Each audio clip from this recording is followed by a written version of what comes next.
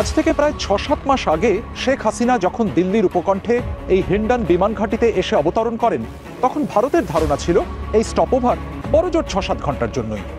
সেই ভুল ভাঙতে অবশ্য বেশি সময় লাগেনি, তাকে পাঠানো সম্ভব হয়নি তৃতীয় কোনো দেশে, এবং আজও রাষ্ট্রীয় অতিথি হিসেবে তিনি কিন্তু ভারতেই অবস্থান করছেন। হাসিনার ফিউচার শেখ হাসিনার পতন ভারতের সুখের সংসারে বড় ঝড় তোলে। এলোমেলো হয় মোদির চারপাশ। সোনার ডিম পাড়া হাঁস হারানোর বেদনায় কাতর হয়ে পড়ে ভারত। শুরু হয় প্রতিশোধ নেবার পালা। বাংলাদেশকে কোণঠাসা করতে নানা ফর্মুলা নিয়ে হাজির হয় ভারত। বন্ধ করে দেয়া হয় ভিসা। পর্যটন ভিসা পুরোপুরি বন্ধ করেও থামেনি নয়াদিল্লি। চিকিৎসা ভিসার ক্ষেত্রেও কড়াকড়ি আরোপ করে চরম অমানবিকতার পরিচয় দেয় মোদী প্রশাসন। তবে বাংলাদেশও মাথা নোয়াবার নয়। এই ঢাকা দিল্লিকে পিঠ দেখায়নি, দেখিয়েছে বুক। চোখে চোখ রেখে ভারতকে দিচ্ছে যোগ্য জবাব। ভারতের কোনো অযৌক্তিক দাবি মানছে না বর্তমান বাংলাদেশ সরকার। আপনি ওনার সামনে পেলে কি করবেন? আমি ওনাকে সামনে পাইলে ওনাকে জুতা মারবো। জুতা মারবেন? হ্যাঁ। কত পার্সেন্ট ঘৃণা প্রকাশ করলে খুশি হইবেন? পার্সেন্ট তো সচরাচর 100% হয়। 100তে 100 ঘৃণা। আপনি 100তে 100 ঘৃণা? হ্যাঁ, মানুষ মারার কল, মানুষ মারার মেশিন। হ্যাঁ। অন্তর্বর্তী সরকারের প্রধান উপদেষ্টা অধ্যাপক ডক্টর মোহাম্মদ ইউনূস বলেছেন, মানবতা বিরোধী অপরাধের অভিযোগে শেখ হাসিনাকে বিচারের মুখোমুখি হতেই হবে। যুক্তরাজ্য ভিত্তিক সংবাদ মাধ্যম স্কাই নিউজকে দেওয়া এক সাক্ষাৎকারে তিনি আরো বলেন, শেখ হাসিনার সঙ্গে তার স্বজন ও সহযোগীদেরও বিচার করা হবে। মোহাম্মদপুরের জেনেভা ক্যাম্পে সেনাবাহিনীর অভিযানে আওয়ামী লীগ সাধারণ সম্পাদক ওবায়দুল কাদের গ্রেপ্তার করা হয়েছে। রাতে ডেয়ারিং টাইগার্স 23 ইস্ট বেঙ্গলের 9টি টিম এই অভিযান পরিচালনা করে। মূলত গোপন সংবাদের ভিত্তিতে গ্রেপ্তারের জন্য জেনেভা ক্যাম্পে অভিযান চালানো হয়। ধরতে সক্ষম হয় সেনাবাহিনী। রাজধানী মোহাম্মদপুর এলাকায় আওয়ামী লীগের সাধারণ সম্পাদক ওবায়দুল কাদেরকে গণধোলাই দিয়ে আইনশৃঙ্খলা বাহিনীর কাছে সোপর্দ করেছিল এলাকাবাসী। দেয় গণধোলাই। দেশেই আছেন আওয়ামী লীগের সাধারণ সম্পাদক ওবায়দুল কাদের। শেখ হাসিনার সবচেয়ে বিশ্বস্ত নেতা ওবায়দুল কাদেরের সর্বশেষ ট্র্যাক করা লোকেশন পাওয়া গেছে ঢাকার মোহাম্মদপুর এলাকা। ওবায়দুল কাদের বাংলাদেশের রাজনীতির ইতিহাসের কলঙ্কজনক এক অধ্যায়ের নেতা। দুর্নীতি ও সিন্ডিকেটের শিরোমণি তিনি। 2011 সাল থেকে আঁকড়ে ছিলেন সড়ক পরিবহন ও সেতু মন্ত্রণালয়। 2016 সাল থেকে আওয়ামী লীগের সাধারণ সম্পাদক। দীর্ঘ সময়ে মন্ত্রণালয় ও দল দুই জায়গারই সর্বনাশ করেছেন এই কাজ। আসসালামু আলাইকুম প্রিয় দর্শক বন্ধুরা, নতুন একটা ভিডিওতে জানাচ্ছি আপনাদের স্বাগতম। এই মাত্র পাওয়া তাজা এবং গরম খবর। অবশেষে কিন্তু ওবায়দুল কাদের গ্রেপ্তার হয়েছে, এমনটা জানিয়েছে গণমাধ্যমে। সেই সাথে কিন্তু আপনারা ভিডিওর অংশ বেশি থেকে বুঝে গিয়েছেন আজকের ভিডিওটি কেমন হবে, কতটা গুরুত্বপূর্ণ। আপনাদের কাছে আশা রাখবো সম্পূর্ণ ভিডিওটি দেখে যাবেন, একটু স্কিপ না করে। প্রিয় দর্শক বন্ধুরা, আমি আর বেশি কথা না বাড়িয়ে সরাসরি আপনাদের বিস্তারিত ভিডিওতে নিয়ে যাবো। তার আগে আপনাদের কাছে ছোট্ট একটা রিকোয়েস্ট থাকবে, যারা এরকম ভিডিও দেখতে পছন্দ করেন দ্রুত এই চ্যানেল সাবস্ক্রাইব করে পাশে থাকা বেল আইকনে বাজিয়ে রাখবেন। ইতিমধ্যে যারা সাবস্ক্রাইব করে দিয়েছেন তাদের জানাচ্ছি অসংখ্য ধন্যবাদ। চলুন তাহলে প্রিয় দর্শক বন্ধুরা, এই ভিডিওতে লাইক করে দিয়ে আমরা বিস্তারিত ভিডিওগুলো আমাদের স্ক্রিন থেকে ধারাবাহিকভাবে একের পর এক দেখে আসি। শেখ হাসিনার পতন ভারতের সুখের সংসারে বড় ঝড় তোলে। এলোমেলো হয় মোদির চারপাশ। সোনার ডিম পাড়া হাঁস হারানোর বেদনায় কাতর হয়ে পড়ে ভারত। শুরু হয় প্রতিশোধ নেবার পালা। বাংলাদেশকে কোণঠাসা করতে নানা ফর্মুলা নিয়ে হাজির হয় ভারত। বন্ধ করে দেয়া হয় ভিসা। পর্যটন ভিসা পুরোপুরি বন্ধ করেও থামেনি নয়াদিল্লি। চিকিৎসা ভিসার ক্ষেত্রেও কড়াকড়ি আরোপ করে চরম অমানবিকতার পরিচয় দেয় মোদী প্রশাসন। মাথা নোয়াবার নয়। এই ঢাকা দিল্লিকে পিঠ দেখায়নি, দেখিয়েছে বুক। চোখে চোখ রেখে ভারতকে দিচ্ছে যোগ্য জবাব। ভারতের কোনো অযৌক্তিক দাবি মানছে না বর্তমান বাংলাদেশ সরকার।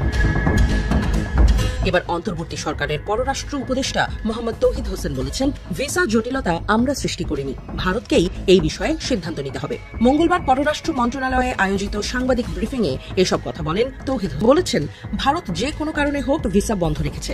ভিসা দেয়া তাদের সার্বভৌম অধিকার। কোনো দেশ যদি কাউকে ভিসা না দেয় বা কোনো গোষ্ঠীকে ভিসা না দেয়, তাহলে কোনো প্রশ্ন তোলা যাবে না। আমরা আশা করব ভারত তাদের সিদ্ধান্ত জানাবে আমাদের। তৌহিদ হোসেন বলেন, ভারত নিয়ে প্রধান উপদেষ্টার বক্তব্য হলো আমাদের অবস্থান। আমরা ভারতের সাথে ওয়ার্কিং রিলেশন চাই। ঢাকার এমন সিদ্ধান্তে ভারতের আরো বিপাক বাড়ছে। হাসিনাকে ক্ষমতায় ফেরাতে তারা চেয়েছিল বাংলাদেশকে মহাচাপে ফেলবে, ঢাকাকে বাধ্য করবে আপোষ করতে। তবে এবার হচ্ছে উল্টোটা। ভারতের সিদ্ধান্ত এবার ভারতের গলায় ফাঁস হয়ে ঝুলছে। অর্ধ ফাঁসে ক্লান্ত হয়ে জিভ বের করে দাঁড়িয়ে আছে মোদী প্রশাসন। এবার তাদের দম বন্ধ হওয়ার দশা। ভারতের সাধারণ মানুষও আছে বিপদে। তাদের অনেকেরই ব্যবসা বাণিজ্য ছিল বাংলাদেশি পর্যটক নির্ভর। ভারতের বেসরকারি চিকিৎসা খাতের একটা বড় অংশ টিকেই ছিল বাংলাদেশের উপর ভর করে। এবার সেখানেও টান পড়েছে। অনেক চিকিৎসা প্রতিষ্ঠান বন্ধ হওয়ার দশা। সেই সাথে হোটেল ব্যবসাতেও বড় ধস নেমেছে।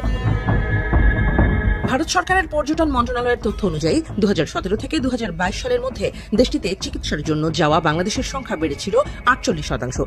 এর মধ্য দিয়ে দেশটিতে চিকিৎসা পর্যটনে আসা মোট বিদেশির মধ্যে বাংলাদেশের হার ছিল 70%-এর কাছাকাছি। এই বৃদ্ধির ধারা অব্যাহত ছিল 2023 সালেও। দেশটির সরকারের এক প্রাক্কলিত তথ্য অনুযায়ী ওই সময়ও দেশটিতে চিকিৎসা নিতে যাওয়া বিদেশিদের মধ্যে বাংলাদেশের সংখ্যা ছিল 70%-এরও বেশি। একই সঙ্গে 6 বছরের ব্যবধানে দেশটির চিকিৎসা পর্যটন খাতে বাংলাদেশের চিকিৎসা গ্রহীতার সংখ্যা বেড়ে দাঁড়িয়েছে দ্বিগুণেরও বেশি।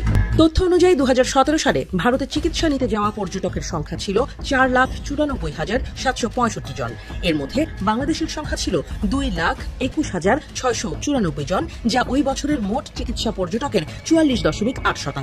2022 সালের মধ্যে চিকিৎসা পর্যটকের সংখ্যা কিছুটা কমে নেমে আসে 4,74,681 জনে। যদিও এ সময়ের মধ্যে দেশটিতে চিকিৎসার জন্য যাওয়া বাংলাদেশের সংখ্যা ব্যাপক মাত্রায় বেড়েছে। 2022 সালে এই সংখ্যা ছিল 3,27,055। চিকিৎসা পর্যটনে আসা মোট বিদেশির মধ্যে এই হার দাঁড়ায় 69%। তবে 2024 সালে 5 আগস্ট গণ অভ্যুত্থানের মুখে তাড়া খেয়ে পালিয়ে ভারতে আশ্রয় নেন হাসিনা। তারপর থেকেই ভারতে বাংলাদেশের রোগী ও পর্যটকের যাওয়ার হার কমেছে ব্যাপকভাবে। তারপর থেকেই বিপদ ঘনাচ্ছে ভারতের। আজ থেকে প্রায় 6-7 মাস আগে শেখ হাসিনা যখন দিল্লির উপকণ্ঠে এই হিন্ডন বিমান ঘাঁটিতে এসে অবতরণ করেন, তখন ভারতের ধারণা ছিল এই স্টপওভার বড়জোর 6-7 ঘন্টার জন্যই। সেই ভুল ভাঙতে অবশ্য বেশি সময় লাগেনি, তাকে পাঠানো সম্ভব হয়নি তৃতীয় কোনো দেশে, এবং আজও রাষ্ট্রীয় অতিথি হিসেবে তিনি কিন্তু ভারতেই অবস্থান করছেন। হাসিনার future, how I can't say, she obviously মানে is not going anywhere I think, because অন্য জায়গায় হয়তো অতটা সুবিধে করতে পারছে না কিংবা হোয়াট এভার, আর ভারতে আছে, ঠিক আছে। ভারত সরকার তাকে যে থাকবে সে আগেও থেকেছে, 75 to 81 তো এখানেই ছিল। আর আমাদের কোনোদিন এরকম পলিসি নেই ফর আ পলিটিক্যাল পারসন যে তাকে মানে জোর করে ফেরত দেয়া। দালাই লামাও তো এখনও ইন্ডিয়াতেই আছে, তাই জন্যে আমরা মনে করি আমাদের এখানে যারা আশ্রয় নিয়ে আসে তাদের আমাদের একটা বলতে পারো কালচারাল ব্যাপার কিংবা একটা পলিসিরও ব্যাপার আছে, তাদের আমরা জোর জবরদস্তি করে কোথাও পাঠাবো না। Thank you so much. এই দিল্লি শহরেই আবার শেখ হাসিনার মেয়ে সাইমা ওয়াজেদের অফিস, যেটির এখন স্থায়ী ভবনের কাজ চলছে, এবং এখানেই বিশ্ব স্বাস্থ্য সংস্থার দক্ষিণ পূর্ব এশিয়ার রিজিওনাল ডিরেক্টর পদে তিনি কর্মরত। তবে মামের ইচ্ছে যাই হোক, নিয়মিত দেখা হলেও একসঙ্গে বা একই ছাদের নিচে তাদের থাকা কিন্তু সম্ভব হচ্ছে না। কারণটাও সহজ, সাইমা ওয়াজেদ জাতিসংঘের একটি গুরুত্বপূর্ণ পদে রয়েছেন, আর শেখ হাসিনা এদেশের অতিথি ভারতের রাজনৈতিক সিদ্ধান্তে। এই 7 মাসে আমরা দেখেছি যে প্রধানমন্ত্রী শেখ হাসিনা, যিনি পূর্ব প্রধানমন্ত্রী বাংলাদেশের, উনাকে অনেকবার সোশ্যাল মিডিয়াতে স্পিচ দেবার একটা অ্যালাওয়েন্স দেওয়া হয়েছে। এই নয় যে উনি এখানে চুপ করে বসে আছেন, ভারতের সরকার এটা নিয়ে কোনো মন্তব্য করেনি, কিন্তু আমরা এটাও দেখেছি যে ভারতের সরকার শেখ হাসিনাকে অ্যালাউ করেছে যে উনি সোশ্যাল মিডিয়া প্ল্যাটফর্ম ইউজ করতে পারেন, নানান ধরনের এক্স হোক, ফেসবুক হোক, নিজের উনার যা বলার আছে তা বাংলাদেশিদের বলতে, এবং পার্টিকুলারলি আওয়ামী লীগের সাপোর্টারদের বলতে। কিন্তু আমরা এটাও জানি যে উনাকে এখানে একটা সাংঘাতিক প্রোটেকশনের মধ্যে রাখা হয়েছে, এবং খুবই কম সংখ্যক লোক উনার সঙ্গে দেখা করতে পারে।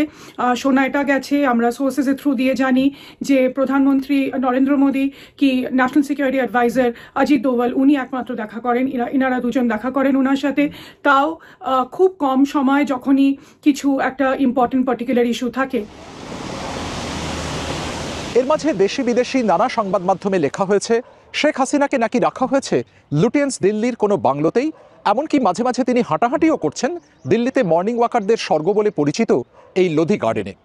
তবে এখানে রোজকার ভিড় দেখে যে কেউ বুঝতে পারবেন যার প্রতিটি পদক্ষেপ ঘিরে কঠোর গোপনীয়তা, তার পক্ষে এখানে আসা সম্ভব নয় কোনো মতেই। ভারত শেখ হাসিনার সব রকম দায়িত্ব, মানে ওনার সুরক্ষা থেকে শুরু করে বাকি ওনার যাবতীয় যা যা দরকারি সেগুলো সবই ভারত নিয়েছে, এবং তার সবচেয়ে বড় প্রমাণ হচ্ছে যে ভারতের গণতন্ত্র বা আমাদের যে সংসদ, সেখানে যারা ক্ষমতায় আছে বা বিপক্ষে দুটো দলই এক কণ্ঠে স্বীকার করেছেন যে শেখ হাসিনা আমাদের অতিথি, উনি যতদিন ইচ্ছে চান উনি ভারতে থাকতে পারেন। আর আমি এখানে একটা উদাহরণ দিতে চাই, যেমন কোভিড মহামারীর পরে আমরা দেখেছিলাম লকডাউনের পরে, তো হয়তো ভবিষ্যতে শেখ হাসিনা এখন যেভাবে তথ্য প্রযুক্তির মাধ্যমে উনি বিভিন্ন ভাষণ দিচ্ছেন ওনার কর্মীদের বা দলের যারা অন্য সঙ্গী বা নেতা আছে তাদের সঙ্গে যোগাযোগ করার জন্য, ভবিষ্যতে হয়তো এটা আরেকটু আনলক হয়ে আমরা অন্য মাধ্যমে ওনাকে অন্য রূপে হয়তো দেখতেও পারি। আজ প্রায় 7 মাস পরেও এই প্রশ্নের সঠিক উত্তর আমাদের জানা নেই, শেখ হাসিনা তাহলে আছেন কোথায়? হয়তো এই মিরাট সেনানিবাসের ভেতরে কোনো সেফ হাউসে, হয়তো নয়, কিংবা হয়তো মানেসারে কোনো আধা সামরিক বাহিনীর গেস্ট হাউসে, কিংবা সেটাও নয়। তবে এই লম্বা সময় ধরে তার সঠিক লোকেশন যে গোপন রাখা সম্ভব হয়েছে, এটাও কিন্তু কোনো কম সাফল্য নয়। ইন্ডিয়া ওনাকে রাখবেন, উনি যতদিন এখানে থাকতে চান আর আমরা যতদিন ফিল করি দ্যাট উনি ওখানে ফেরত গেলে উনি সেফ হবেন না, সো ওনাকে এখানে রাখা হবে। কিন্তু রিহ্যাবিলিটেটের যেটা কথা উঠছে, আমি জানি না গভর্নমেন্ট অফ ইন্ডিয়া কি ভাবছেন, কিন্তু আওয়ামী লীগের তো নিশ্চয়ই সেরকম একটা চেষ্টা, বাট আমার মনে হয় না সেরকম কন্ডিশনস আর অ্যাজ ইয়েট মানে পসিবল। কিন্তু আওয়ামী লীগ অফকোর্স কিছুটা একটা সিম্পাথি ওয়েভ তো পেয়েছে 32 ধানমন্ডি ভাঙার পরে, আরও যা যাবতীয় খুব মাইন্ডলেস যেগুলো ডিস্ট্রাকশন করেছে, অকারণে যেগুলো হয়েছে। কিন্তু শেখ হাসিনার ওপরে যেই রাগ বা যেই বিতৃষ্ণা মানুষের, স্বাভাবিকভাবে এত বছরের একটা ব্যাপার, তো আমার মনে হয় না অত তাড়াতাড়ি তারা ভুলে যাবে। আওয়ামী লীগ একটা হিস্টোরিক্যাল পার্টি, তারা নিশ্চয়ই একটা সার্টেন জায়গা অকুপাই করে বাংলাদেশের পলিটিক্যাল ল্যান্ডস্কেপে, কিন্তু তাই বলে শেখ হাসিনা কে যে সবাই মেনে নেবে as the leader of Awami League anymore, আমার সেটা কোয়েশ্চেন মনে হচ্ছে। ফলে একটা জিনিস খুব পরিষ্কার, দলীয় নেতাকর্মীদের উদ্দেশ্যে তাকে হয়তো ভাষণ দিতে দেওয়া হচ্ছে, কিন্তু তার মানে এই নয় যে ভারত আবার শেখ হাসিনাকে বাংলাদেশের রাজনৈতিক চালচিত্রে হাতে করে বসিয়ে দিতে চাইবে। বাস্তবতা হলো ভারতের সে ইচ্ছাও নেই, হয়তো ক্ষমতাও নেই।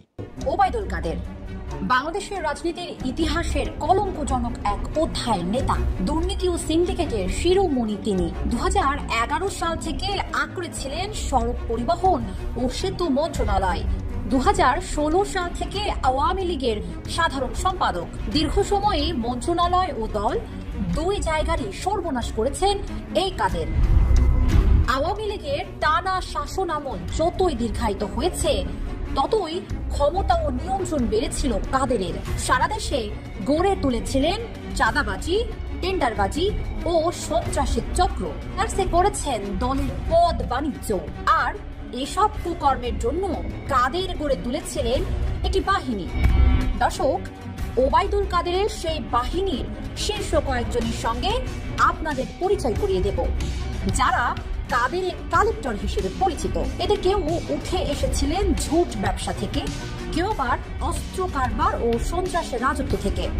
চলুন দেখে আসি কাদের ঘনিষ্ঠ সেসব গডফাদারদের। 3 ধরনের সিন্ডিকেট গড়ে তুলেছিলেন ওবায়দুল কাদের। একটি সিন্ডিকেট নিয়ন্ত্রণ করত সড়ক পরিবহন ও সেতু মন্ত্রণালয়, আরেকটি সিন্ডিকেটের দায়িত্বে কাজ ছিল সন্ত্রাস ও চাঁদাবাজি করা এবং রাজনীতির মাঠ দখলে রাখা। আর দলের পদ ও মনোনয়ন বাণিজ্যের জন্য গড়ে তুলেছিলেন আরও একটি সিন্ডিকেট। কাদের সিন্ডিকেটের সবচেয়ে প্রভাবশালী সদস্য হলেন ফেনীর নিজাম হাজারী। অস্ত্র ব্যবসা থেকে রাজনীতির মাঠে আগমন ঘটে এই গডফাদারের। কাদেরের পদোন্নতায় আওয়ামী লীগের মনোনয়নে তিনি হয়েছিলেন সংসদ সদস্য। ফেনীকে বানিয়েছিলেন নিজের রাজ্য, সেখানকার সবকিছু চলত তার নির্দেশ মতো। সীমাবদ্ধ থাকেননি, তার থাবা বিস্তৃত হয়েছিল আরো অনেক দূর। সড়ক পরিবহন ও সেতু মন্ত্রণালয়ের কাজও নিয়ন্ত্রণ করত হাজারী চক্র। আর এই কাজে হাজারীর সঙ্গী হন আরো কয়েকজন। টেন্ডার বাণিজ্যের সিন্ডিকেট মজবুত করতে এই চক্রে যুক্ত হন ওবায়দুল কাদেরের পরিবারের সদস্যরা। সবার মাথার উপরে ছায়ার মতো থাকেন কাদের নিজে। দুর্দণ্ড প্রতাপশালী এই সিন্ডিকেটের হাতে চলে যায় সড়ক ও সেতু পরিবহন মন্ত্রণালয়ের 90% কাজ। 2011 সাল থেকে 2024 সালের জুলাই পর্যন্ত সমাজের মোট কাজের 90%ই করে হাতে গোনা 12 থেকে 15টি ঠিকাদারি প্রতিষ্ঠানগুলো প্রায় 75,000 কোটি টাকার কাজ পায়। এসব কাজ থেকে মোটা অঙ্কের অর্থ কমিশন হাতিয়ে নেয় কাদের সিন্ডিকেট। ওবায়দুল কাদের চক্রের আরেক হোতা হলেন টাঙ্গাইলের ছোট মনির। একসময় তার বিরুদ্ধে অস্ত্র ব্যবসার অভিযোগ ছিল। কাদেরের বদন্যতায় সেই ছোট মনির 2018 সালে পেয়ে যান নৌকার মনোনয়ন। 2 দফায় হন সংসদ সদস্য, ডন হিসেবে আত্মপ্রকাশ করেন। নানা ধরনের সন্ত্রাসী কর্মকাণ্ড, টেন্ডারবাজি, পরিবহন বাণিজ্য নিয়ন্ত্রণ, এমনকি ধর্ষণের পর হত্যার মতো অভিযোগ রয়েছে ছোট মনিরের পরিবারের বিরুদ্ধে। ওবায়দুল কাদেরের বিরল আবিষ্কার হলেন গাজীপুরের সাবেক মেয়র জাহাঙ্গীর আলম। একসময়ের গার্মেন্টসের ঝুট ব্যবসায়ী ছিলেন জাহাঙ্গীর। বিশেষ সুবিধার আশায় কাদেরের চোখে পড়ে যান জাহাঙ্গীর। এরপর আওয়ামী লীগের সাধারণ সম্পাদকের প্রশ্রয়ে জাহাঙ্গীর উঠতে থাকেন তরতর করে। গাজীপুরের নিয়ন্ত্রক হয়ে ওঠেন এই জাহাঙ্গীর। হাজার হাজার কোটি টাকার দুর্নীতিতে জড়ানো জাহাঙ্গীরকে কোনোভাবেই দমন করতে পারেনি কেউ, কারণ তার মাথার উপরে ছিল ক্ষমতাশালী কাদেরের প্রশ্রয়ের হাত। ওবায়দুল কাদের চক্রের আরেক সদস্য হলেন তার ব্যক্তিগত সহকারী আব্দুল মতিন। অনেকের কাছে নামটি অপরিচিত হলেও অত্যন্ত প্রভাবশালী ছিলেন এই মতিন। অবৈধ নানা সিন্ডিকেটের সমন্বয় ও তদারক করতেন তিনি। পালাবো না, কোথায় পালাবো? পালাবো না, প্রয়োজনে ফখরুল সাহেবের বাসায় গিয়ে উঠবো। জনসম্মুখে ওবায়দুল কাদের এভাবেই দম্ভ করে বলেছিলেন পালাবো না, কিন্তু ছাত্র জনতার আন্দোলনের তোপে ঠিকই 5 আগস্ট পালাতে হলো তাকে। ফ্যাসিস্ট হাসিনা পালিয়েছেন পাশের দেশে, তার সাঙ্গপাঙ্গরাও অবস্থান করছেন ভারত সহ বিভিন্ন দেশে। তবে দেশের বেশিরভাগ মানুষের মনেই দীর্ঘদিন ধরে একটি প্রশ্ন, কোথায় পালিয়েছেন কাদের?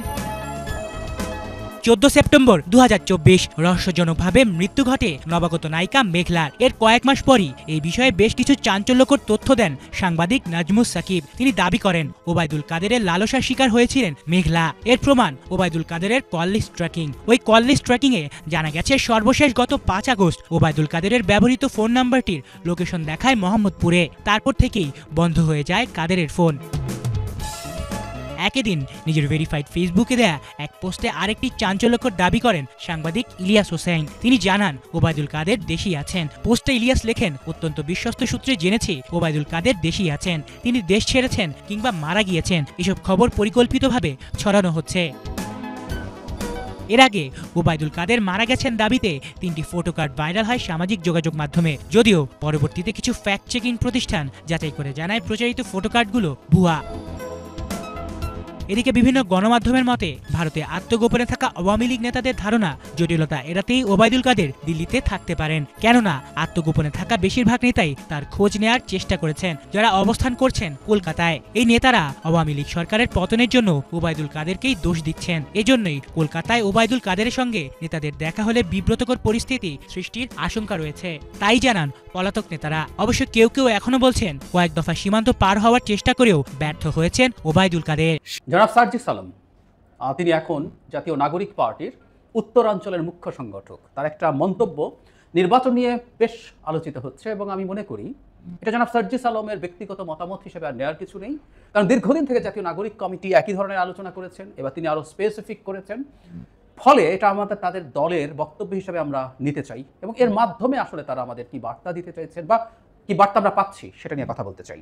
এবং শুরুতে বলে নেওয়া ভালো, তার মন্তব্যকে এভাবে দেখার যথেষ্ট সুযোগ আছে যে বাংলাদেশে নির্বাচনকে পিছিয়ে দিয়ে এই সরকারের ক্ষমতা যতটা সম্ভব দীর্ঘায়িত করার একটা চেষ্টার বহিঃপ্রকাশ হিসেবে এটা দেখা যেতে পারে। মঙ্গলবার তিনি সকাল 10টায় রায়েরবাজার বৌদ্ধভূমিতে 24 ছাত্র জনতার অভ্যুত্থানের শহীদদের কবর জিয়ারত ও দোয়া মোনাজাত শেষে সাংবাদিকদেরকে বলেন যে হাসিনার নির্দেশে এতগুলো হত্যা করা হলো, সেই খুনের বিচার না দেখা পর্যন্ত কিভাবে এদেশের মানুষ ভিন্ন কিছু চিন্তা করে। খুনি হাসিনাকে বাংলাদেশে নিয়ে আসতে হবে, বিচারের মঞ্চে দাঁড়াবে, ফাঁসির মঞ্চে দাঁড়াবে। শেখ হাসিনা ও আওয়ামী লীগের বিচার না হওয়া পর্যন্ত বাংলাদেশের কোনো মানুষ, কোনো রাজনৈতিক দল ভুল করেও যেন নির্বাচনের কথা না বলে। যতদিন না আমরা খুনি হাসিনাকে ফাঁসির মঞ্চে না দেখছি, এই বাংলাদেশে কোনো নির্বাচন হবে না। আমি পরে আরও কিছু কথা বলেছেন। আমরা রাজপথে ছিলাম, আমাদের যে ভাইয়েরা রাজপথে জীবন দিয়েছে, মায়েদের চোখ দিয়ে এখনও কান্না ঝরছে, পানি পড়ছে। আমরা মরার আগে অন্তত খুনি হাসিনার বিচারটা দেখে মরতে পারি। আমরা শুধু একটা অনুরোধ করতে পারি, আমাদের জায়গা থেকে মায়েদের পাশে থাকার সর্বোচ্চটুকু চেষ্টা করব। আবারও ওই বাক্যটা পড়ি যে বাক্যটা প্রচুর আলোচিত হচ্ছে, যতদিন না আমরা খুনি হাসিনাকে ফাঁসির মঞ্চে না দেখছি, এই বাংলাদেশে কোনো নির্বাচন হবে না। রাজনৈতিক দলের লোকজন রেটরিক ব্যবহার করে, কারণ আমরা এই প্রশ্ন করতেই পারি টেকনিক্যালি হাসিনার যে ফাঁসি হবে জনাব সার্জিস কীভাবে বলতে পারছেন? আমরা তো হাসিনার বিচার চাইছি। ফাঁসি চাওয়া নিয়ে কিন্তু একসময় প্রচুর আলোচনা সমালোচনা আমরা করেছি যৌক্তিকভাবে। যখন গণজাগরণ মঞ্চ থেকে জামায়াতের অভিযুক্ত নেতাদের বিরুদ্ধে ফাঁসি চাই দাবি করা শুরু হয়েছিল, তখন আমরা এটা রাষ্ট্রে এক ধরনের ফ্যাসিবাদী আচরণ বলেছিলাম। কারণ কেউ একজনকে যখন আমরা বিচার চাই, সুবিচার চাই, ন্যায্য বিচার চাই, তখন আমরা ফাঁসি চাই সেটা বলতে পারি না, বলা উচিত না। শেখ হাসিনা বিভৎস সব মানবতা বিরোধী অপরাধ করেছে, এটা নিয়ে কোনো রকম কোনো সন্দেহের কিছু আমাদের চোখের সামনে ঘটেছে। অল্প কিছুদিন আগে যেগুলো ইভেন প্রচুর ভিডিও ডকুমেন্টেশনস আছে আমাদের হাতে, সহি জেনুইন ন্যায্য বিচারেও অনেকে বলেন একবার না বহুবারই ফাঁসি হতে পারে তার। তারপরে এটা বলা নিয়ে প্রশ্ন তোলা যায় যে তার বিচার আমরা যতদিন না দেখতে পাচ্ছি। তারপরে যে বললাম শুরুতে, যখন রাজনৈতিক দলগুলো মাঠে থাকে তাদেরকে মাঝে মাঝে পপুলিস্ট কথা বলতে হয়, এটাকে আমরা এভাবেই ধরতে পারি। কিন্তু যেটা জরুরি কথা, এই বিচারের আলাপের একটা প্রেক্ষাপট আছে, এটা আজ না বেশ কিছুদিন থেকেই জাতীয় নাগরিক কমিটি থেকে শুরু হয়েছে, যেটা এখনো চলছে। সেটা তারা প্রথম যে দাবি শুরু করেছিলেন, সংস্কার শেষ হওয়ার আগে কোনোভাবে নির্বাচন হতে পারবে না। এটা এক ধাপে গেল। এরপর শেখ হাসিনা এবং আওয়ামী লীগের লোকজনের বিচার হওয়ার আগ পর্যন্ত নির্বাচন হতে পারবে না, এইরকম আলাপ শুরু হলো। যৌক্তিকভাবে এই প্রশ্ন আসে, আসলে বিচার শব্দটাকে কিভাবে তারা ডিফাইন করেন। মানে এখন শুধু শেখ হাসিনারও না, তারা আওয়ামী লীগের লোকজনের কথাও বলেছেন, এখানেও সেটা আছে। এখন খুব সহজে আমরা প্রশ্ন করতে পারি, ধরি আমরা শেখ হাসিনার বিচার, এখানে যে আন্তর্জাতিক অপরাধ আদালত আছে সেখানে হচ্ছে, সেই আইনের অধীনে যেখানে মানবতা বিরোধী অপরাধের বিচার হচ্ছে, তিনি এবং আরও টপ বেশ কিছু মানুষের, এবং আমরা আমাদের চিফ প্রসিকিউটরের যারা তাজুল কিছুদিন আগে জানিয়েছেন যে 1-1.5 মাসের মধ্যেই তার তদন্ত শেষ হয়ে বিচার কার্য শুরু হবে, এবং তার ভাষ্য মতে আগে বলেছেন, এটা এদিন বলেননি, যে এই বছরের মধ্যেই তার কিছু বিচার দেখা যাবে। এগুলো কিন্তু প্রাথমিক রায়, এরপর আপিলের সুযোগ আছে, এরপর সব প্রসেস শেষ করে তার বিচার, মানে তাকে ফাঁসির মঞ্চে দেখতে যাওয়া, এটা বহু বছরের ব্যাপার। এটা তো শেখ হাসিনা। এছাড়া তার প্রচুর দলীয় লোকজন আছে যাদের বিরুদ্ধে এই আদালতে মামলা হবে না, তাদের বিরুদ্ধে মানবতা বিরোধী অপরাধের অভিযোগ না, অনেক ভয়ঙ্কর ক্রাইমের অভিযোগ আছে বিভিন্ন জায়গায়। খুন মানেই কিন্তু মানবতা বিরোধী অপরাধ না, বহু এলাকায় খুনের অভিযোগ আছে, কাউকে আহত করার অভিযোগ আছে, কারোর বিরুদ্ধে মিথ্যা মামলা করে হয়রানির অভিযোগ আছে, সবগুলো ফৌজদারি অপরাধ। চাঁদাবাজি, টেন্ডারবাজি, নানা রকম এরকম অবৈধ ব্যবসা, মাদক ব্যবসা, বহু অভিযোগ আছে। তো এগুলো নিয়ে তো শত শত বা হাজার হাজার মামলা হয়েছে, আরও হবে, এগুলোরও বিচার হতে হবে। এগুলো কবে নাগাদ হবে সেই প্রশ্ন। নট অনলি দ্যাট, আন্তর্জাতিক অপরাধ আদালতের বিচার ওই বছরই হয়ে যাবে কিনা আমি সন্দিহান। সরকার যেভাবে বলুক না কেন, আমি ধারণা করি যে সরকার আন্তর্জাতিক স্ট্যান্ডার্ড মোটামুটি কমপ্লাই করার জন্য এই বিচারটা নিয়ে খুব তাড়াহুড়ো করবে না, করা উচিত হবে না। কারণ এই মামলা যদি শুরু হয় এবং শেখ হাসিনা যদি এটাকে কন্টেস্ট করার সিদ্ধান্ত নেন, তাহলে আসলে অনেকগুলো প্রসেস শুরু হবে। এই আদালত নিয়ে প্রশ্ন হতে পারে, এই আইন নিয়ে প্রশ্ন হতে পারে, এই আইনের মানে সেই এখতিয়ার বা এই আদালতে সেই এখতিয়ার আছে কিনা এভাবে বিচার করার, নানান রকম প্রশ্ন উঠে তারপর বিচার, তারপর সাক্ষ্য, সব কিছু, তারপর শুনানি, এসব করতে করতে করতে করতে আসলে এটা এমনিতেই এই প্রাথমিক রায়ে দীর্ঘ সময় লেগে যাবে। এখন আমরা খেয়াল করব যে জাতীয় নাগরিক কমিটি এবং এবার নাগরিক পার্টি এই বিচারটাকেই প্রধান করে তুলছে, এবং ভাষা খুবই কঠোর। কেউ যেন কোনোভাবেই নির্বাচন না দেখছি এই দেশে কোনো নির্বাচন, হাসিনাকে ফাঁসির মঞ্চে যতদিন না দেখছি ততদিন এই দেশে নির্বাচন হবে না, খুব ক্লিয়ারলি বলছেন উনি। আবারও বলছিলেন, আমি পড়েছি আগে, আবারও একটু পড়ি, যে হাসিনার নির্দেশে এতগুলো হত্যা করা হলো, সেই খুনের বিচার না দেখা পর্যন্ত কিভাবে দেশের মানুষ ভিন্ন কিছু চিন্তা করে, মানে নির্বাচনকে ইন্ডিকেট করছেন। মানে একটা দেশ যখন একটা ডিজাস্টারের মধ্যে দিয়ে গেছে যায়, তার জন্য সব প্রসেস বন্ধ করে বিচার শেষ করে করতে হবে, এবং ধরনটা হচ্ছে এই সরকারি বিচার করবে, আর কেউ বিচার করবে না, এবং সেটা শেষ হওয়া পর্যন্ত। আসলে মোদ্দা ব্যাপারটা কি, আমরা বেশ কিছুদিন থেকে দেখছি একটা প্রবণতা আমাদের মাঠে আছে, কিছু কিছু মানুষ নির্বাচনকে পিছিয়ে দিতে চান। নির্বাচন রাজনীতি, মানে আমরা রাজনীতির কথা বলি, গণতান্ত্রিক ব্যবস্থার কথা বলি, গণতন্ত্রকে পুনরুদ্ধারের কথা বলি, কিন্তু নির্বাচনের কথা বললে সমস্যা আছে। নির্বাচনের কথা বললে রাজনৈতিক দলগুলো বদমাশ হয়ে যায়। বদমাশ শব্দটা একজন খুবই পরিচিত ইন্টেলেকচুয়াল, পাবলিক ইন্টেলেকচুয়ালের মন্তব্য থেকে এসছে। তো বদমাশ হয়ে যায়, তারা গিয়ে বসেই আছে ওখানে গিয়ে তার ভাষ্য মতে চাঁদাবাজি, টেন্ডারবাজি করার জন্য। কেউ একজন 15 বছর খেয়ে গেছে, অন্য যে কেউ আর 15 বছর খেতে চায় বলে এই ধরনের আলাপ তৈরি করছেন। সো এই আলাপগুলোর সাথে খুবই রেজোনেট করে এই দলটা। আমাদের আসলে তারা চান বা না চান, তারা এই দলগুলোরই বক্তব্য মাঠে আনছেন, এটা খুব স্পষ্টভাবে আমরা দেখতে পাচ্ছি। এটা খুব বাজে মেসেজ, খুব ভয়ঙ্কর মেসেজ। আমরা এটা বুঝি যে এই দলটা দেরি যতটুকু সময় পেয়েছে, সেই দলটা আসলে নির্বাচনের জন্য প্রস্তুত হওয়ার জন্য যথেষ্ট সময় নেই। আই অ্যাগ্রি, তারা দল তৈরি করতেই অহেতুক অনেক দেরি করেছেন। অহেতুক শব্দটা আমি বিশ্বাস করি বলে বলছি, কেউ দ্বিমত করতে পারেন। তারা দেরি করেছেন, দেরি করে এখন দেখছেন সময় কম বেশি বছরখানেক আছে, 1 বছর না 2-3 বছরও একটা দল নির্বাচনের জন্য সঠিকভাবে প্রস্তুত হতে সময় লাগে। সুতরাং তারা পারবে না, তাদের সময় বেশি লাগতে পারে, সে কারণে তারা এগুলো বলতে পারেন। কিন্তু আমার কাছে সন্দেহ হয় যে এগুলো শুধুমাত্র রেটরিক না, কারণ এই কথাগুলো ক্রমাগত বলছেন এবং তারা ইনক্রিজিংলি টাফার শব্দ ব্যবহার করছেন। একসময় যতটা কঠোর শব্দ ব্যবহার করতেন, এখন আরও কঠোর, আরও কঠিন শব্দ ব্যবহার করছেন। এবং এই ক্ষেত্রে ডক্টর ইউনূস, আমাদের প্রধান উপদেষ্টার যে বক্তব্য, সেটার সাথেও তারা কমপ্লাই করছেন না। বাংলাদেশে কোনো নির্বাচন হবে না যতদিন ফাঁসির মঞ্চে না দাঁড়ান। কিন্তু ডক্টর ইউনূস ঘোষণা করেছেন এই ডিসেম্বরের মধ্যেই নির্বাচন হতে পারে, এবং তার ভাষ্যমতে যদি যথেষ্ট সংস্কার কেউ মেনে না নেয়, ধরে নিলাম টেকনিক্যালি বিএনপি মনে করলো যে ন্যূনতম সংস্কার করেই করতে হবে, এটা তারা প্রকাশ্যেই বলছে, তাহলে তো এই বছরের মধ্যে নির্বাচন হয়ে যাবার কথা। এবং আমাদের প্রধান উপদেষ্টা বহু জনের সাথে এখনও, দুদিন আগেও তিনি ইউরোপিয়ান ইউনিয়নের একটা প্রতিনিধি দলের সাথে বলেছেন স্পষ্টভাবে যে এই বছরের মধ্যেই ডিসেম্বরের মধ্যেই নির্বাচন হবে। তো তাহলে তারা তার সাথে দ্বিমত করছেন। আমি যে জিনিসটা ভয়ের বলে মনে করি, বাংলাদেশে একটা চেষ্টা আছে, একটা গ্রুপ আছে, তারা মাঠে আছে, মাঠে নেমে গেছে, আকার ইঙ্গিত থেকে আস্তে আস্তে এগুলো আরও প্রকাশ্য হয়ে উঠবে। তারা নির্বাচনটাকে অপ্রধান বা গুরুত্বহীন দেখিয়ে তারা চেষ্টা করবেন এমন পরিস্থিতি তৈরি করা যাতে এই সরকারের ক্ষমতা অনেক বেশি দীর্ঘায়িত করা যায়, অথবা এমন গোলযোগ তৈরি হয় যাতে নির্বাচনটা না হয়ে ভিন্ন কিছু মানে আমি রাগঢাক না করেই বলি, সেটা একটা সরাসরি মিলিটারি টেক ওভার হতে পারে, সেটা সরাসরি না হয়ে ১১ মতো একটা সিভিলিয়ান ফেসের মিলিটারি কু হতে পারে, অথবা তাদের কেউ খোয়াব দেখেন যে এখানে একটা বিপ্লবী সরকারের নাম দিয়ে এখানে সংবিধান স্থগিত করে ডিক্রি দিয়ে দেশ চালিয়ে দেশের ক্ষমতা দখল করবে, এরকম নানান খোয়াব নানান জনের আছে, সেগুলোর একটা পায়তারা আমরা দেখতে পাচ্ছি। আমি মনে করি জাতীয় নাগরিক পার্টি একটা রাজনৈতিক দল, তারা রাজনীতি করতে এসছেন, রাজনীতি করুন, রাজনীতি করাই তাদের জন্য উচিত হবে।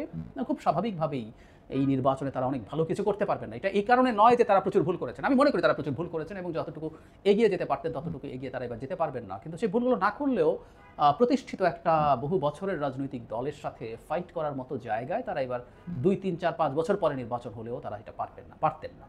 যেটা তাদের করা উচিত যে নির্বাচন হোক, নির্বাচনের দেশটা স্থিতিশীলতার মধ্যে আসুক, তারপর তারা তাদের রাজনীতি আসলে মূলত তখন শুরু করবেন।